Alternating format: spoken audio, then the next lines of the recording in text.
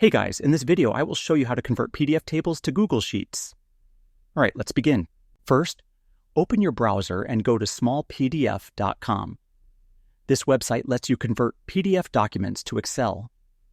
Once you are on the website, choose the PDF to Excel option. Now upload the PDF table you want to convert by selecting it from your computer. After the file uploads, click the Convert button. The website will process the PDF and create an editable Excel file.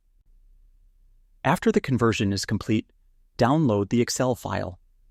Now open Google Drive in your browser, click the New button, and upload the downloaded Excel file into your drive. When the upload finishes, refresh the page. Now right-click the file, select Open in Google Sheets, and it will automatically open in Google Sheets. So that's basically how you can convert PDF tables to Google Sheets. And that's it for this video. If you find this helpful, consider subscribing and giving this a big thumbs up. Thanks.